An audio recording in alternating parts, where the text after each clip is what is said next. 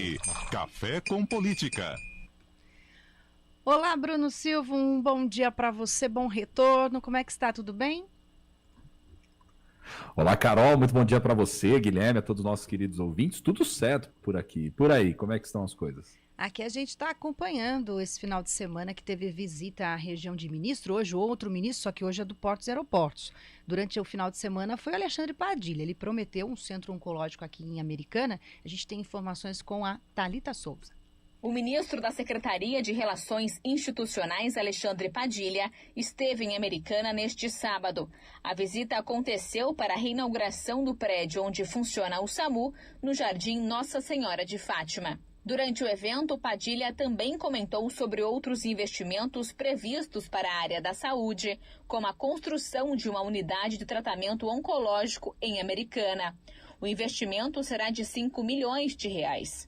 Já as obras de manutenção do setor de ambulância tiveram o valor de 640 mil reais e custeada, em parte, através de emenda de Padilha, enquanto ele ainda ocupava uma cadeira de deputado federal pelo estado de São Paulo. A emenda aprovada e liberada foi de 249 mil e a prefeitura entrou com a contrapartida no valor de cerca de 391 mil reais. De acordo com a Prefeitura, o serviço 192 recebeu manutenção em toda a estrutura, como substituições de piso, revestimentos, portas, tomadas e luminárias, bem como nova pintura, construção de um dispositivo para lavagem das ambulâncias e pavimento da área externa em frente à fachada do imóvel. De Campinas, Thalita Souza. Bruno, e essa visita do Padilha, ela contrasta com a visita anterior aqui à região, porque ele veio aqui há alguns meses em Hortolândia, inclusive eu que fiz a cobertura naquela situação, e naquele momento ele estava ali na marca do pênalti, porque ele não estava se entendendo com o Lira, tinha alguns problemas ali de relacionamento, o Lira até publicamente chegou a criticá-lo, sugeria a troca por outro deputado que ocuparia a vaga do Padilha, mas enfim, no fim das contas ele acabou ficando e fez mais uma visita aqui à região, né? Pois é, né, Guilherme? Você sabe que essa situação do Alexandre Padilha é até delicada, porque a gente não sabe efetivamente se fica ou não, né? Porque há muito mistério ainda nessa questão da reforma ministerial do Lula, né? Ele não definiu nada ainda. O que a gente sabe até agora, PP e republicanos vão entrar no governo, parte dos ministros estão cumprindo normalmente as suas agendas, mas lembrando que lá atrás o cargo de Padilha era um dos que estava justamente no olho do furacão. Por quê? Porque o Padilha, ele tem ali como uma das principais missões, vamos dizer assim, cuidar da articulação entre o executivo e o poder legislativo. E essa articulação, por vezes, foi criticada por aliados do governo em função, às vezes, da própria atuação do Padilha. Obviamente que os petistas, aqueles que defendem o governo, dizem que não, que ele está mantendo um amplo diálogo, está fazendo o máximo possível, mas ele mesmo em entrevistas chegou a colocar e entender que o cargo dele seria um dos que está à disposição. E ele também é político, né, Guilherme? Não vamos esquecer. Embora ele tenha tido uma votação mais expressiva, um pouco mais próximo da capital, mas ele teve um voto muito esparramado, né? Ele fez uma campanha muito descentralizada, teve muito voto, inclusive também na região de Campinas, né? Em Cajamar ele teve, eu recordo na época de olhando o padrão de votação dele, em Cajamar ele teve um percentual de votos alto também. Então, quer dizer, ele é uma figura que, além de estar na condição de ministro, em qualquer momento pode voltar para a Câmara e tem que fazer política o tempo todo, né? Ele esteve, inclusive, em outras regiões do estado de São Paulo, veio para a região central também há pouco tempo, né? Inclusive a convite aqui de um dos seus amigos, que é o prefeito da cidade de Araraquara, Edinho Silva do PT. Então, assim, você tem um processo, vamos dizer assim, de articulação dessas figuras que não para, porque afinal de contas, se amanhã deixa de ser ministro, para onde vou? E ele está num cargo, né, Guilherme, que é muito mais vidraça do que plataforma para alçar outros voos, né?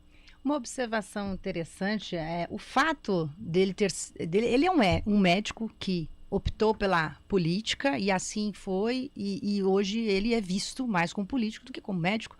E nós observamos algumas figuras políticas no cenário, prefeitos e deputados que acabam seguindo este mesmo caminho. O fato de ter conhecimento técnico sempre é pontuado, mas tem sido relevante porque existem algumas situações e mudanças políticas que a formação ela já se perde. Parece-me que é como se ele já tivesse até trocado, vamos dizer assim, de carreira, não? De função mesmo.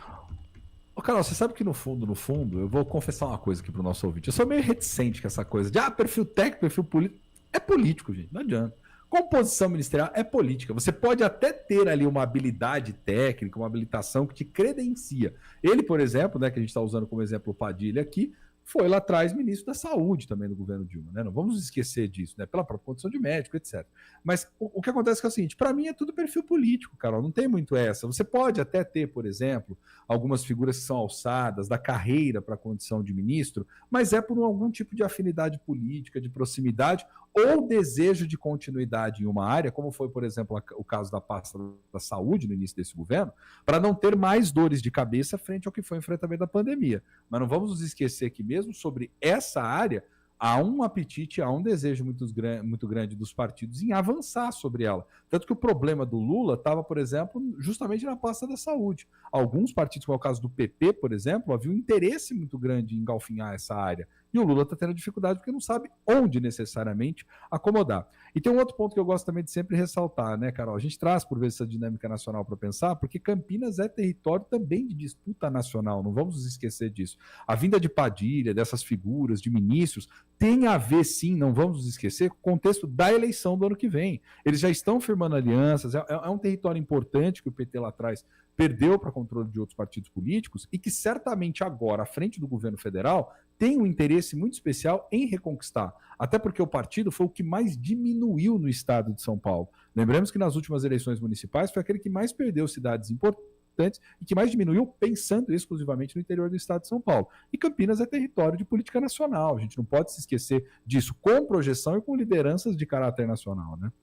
E com bilhões de reais, saiu recentemente um levantamento trazendo informações lá da PUC, do Observatório da PUC Campinas, Bruno, sobre o montante em reais que circula na cidade de Campinas e na região, envolvendo todos os tipos de negócios e mercados. A gente tem números assim extravagantes, eu diria. Então também é uma área em que, uma região do país em que o volume do produto interno bruto e dos negócios acaba sendo centralizado. E a gente tem aqui outras discussões para poder trazer também na segunda-feira. Hoje vai ter, nessa segunda-feira, uma reunião, uma audiência, na verdade, seria a 32ª, em que a Câmara dos Vereadores da cidade vai conversar sobre um assunto que também invariavelmente aparece ali na pauta dos vereadores, as áreas de preservação ambiental. E muitos têm questionado sobre isso, porque toda vez que tem alguma audiência, acaba se tornando um projeto de lei e vai mudando o zoneamento. Como é que você vê essa pauta, então, novamente lá na Câmara de Vereadores? Vamos lá, Carol. Eu acho interessante que toda vez que a gente analisa legislativo municipal, né, e a gente sempre fala aqui, obviamente, nesse espaço nosso Café com Política, está muito conectado ao que está acontecendo em outros legislativos. Dificilmente o legislativo faz uma coisa sozinho. Você pode ver que começa num lugar, vai pululando em vários deles. Lembra, por exemplo, quando a gente teve, infelizmente, no começo do ano, a questão da violência nas escolas, né? Não demorou muito tempo, vários legislativos. Vamos pôr catraca, não vamos? Reforçar a segurança, aí montou comissão, debate, audiência, enfim. O que está acontecendo? São Paulo tem discutido recentemente seu plano diretor e fez alterações expressivas, sobretudo acomodando alguns interesses do setor imobiliário. Campinas está fazendo um debate, e esse debate que vai envolver aí possivelmente mudanças na lei de ocupação do solo, Carol, passa justamente o quê? Sobre áreas de preservação ambiental e as questões relacionadas a edificações nesses terrenos, né? Então, o que acontece? Seria uma mudança para você poder permitir edificações aí de até 10 metros, posto que algumas delas exigem uma quantidade, vamos dizer assim, para ficar bem fácil para o ouvinte, de mais concreto, de mais construção, que por vezes choca com aspectos da própria legislação, pensando aí nas áreas de preservação, Carol. Então, eles vão mudar, tem uma pressão grande, também a gente sempre sabe que tem os interesses imobiliários por trás disso, e a gente precisa entender como é que a comissão vai dar conta de fazer esse debate e quais são as alterações que virão na sequência. E concluir também que sempre haverá interesse econômico, né, imobiliário, especulação, esse é fato. O que precisam é que as leis consigam ter um limite ou conquistar algum tipo de cuidado com o que é a área de proteção, com o que é também em termos de visão de futuro, porque a gente também tem que participar como sociedade da cidade que queremos. Sim, e eu acho que tem um outro ponto interessante aí, né, Carol, que é um tipo de debate que ele é de uma natureza muito técnica, né? É de uma natureza muito técnica, mas acima de tudo um interesse político muito expresso por trás dele. Então acho que é importante a gente entender como que a comissão vai desenvolver essa audiência, quais os interesses que estarão representados, qual que vai ser a linha mestre do debate da discussão, porque está ali sendo debatido, só para ficar bem claro para o ouvinte, né? O projeto de lei complementar número 45 de 2023, que é de autoria do Executivo Municipal, tá? E que vai tratar aí sobre essas alterações nos padrões de edificação nessas áreas de preservação. Perfeito. Bruno, muito obrigada. A gente vai terminando aqui. Amanhã a gente passa outro cafezinho. Combinadíssimo, Carol. Um abraço forte para você, para o Guilherme, para os nossos queridos ouvintes. Amanhã mais café, mais política. Valeu. Até.